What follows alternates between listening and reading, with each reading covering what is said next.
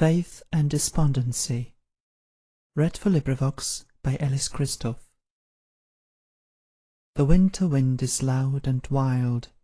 Come close to me, my darling child.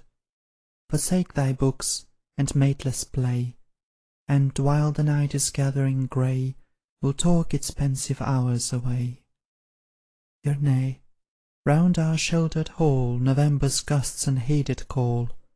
Not one faint breath can enter here, enough to wave my daughter's hair, and I am glad to watch the blaze glance from her eyes with mimic rays, to feel her cheek so softly pressed in happy quiet on my breast.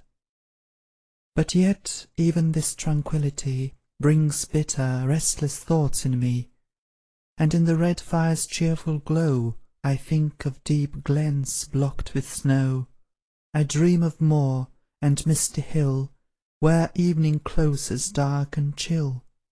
For lone among the mountains cold lie those that I have loved of old, and my heart aches in hopeless pain, exhausted with repinings vain, that I shall greet them ne'er again.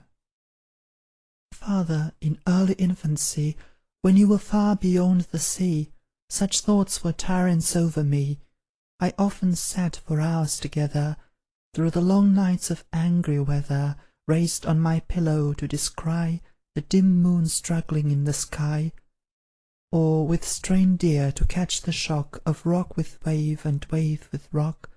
So would I fearful vigil keep, and, all for listening, never sleep.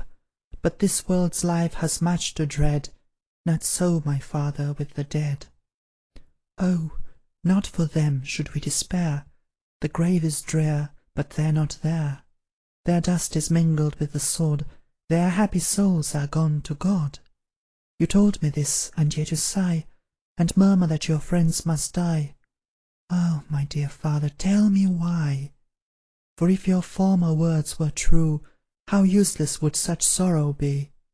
As wise to mourn the seed which grew unnoticed on its parent tree, because it fell in fertile earth, and sprang up to a glorious birth, struck deep its root, and lifted high its green boughs in the breezy sky.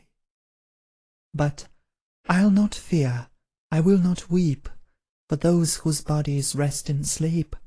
I know there is a blessed shore, opening its ports for me and mine, and gazing time's wide waters o'er, I weary for that land divine, where we were born, where you and I shall meet our dearest when we die, from suffering and corruption free, restored into the Deity.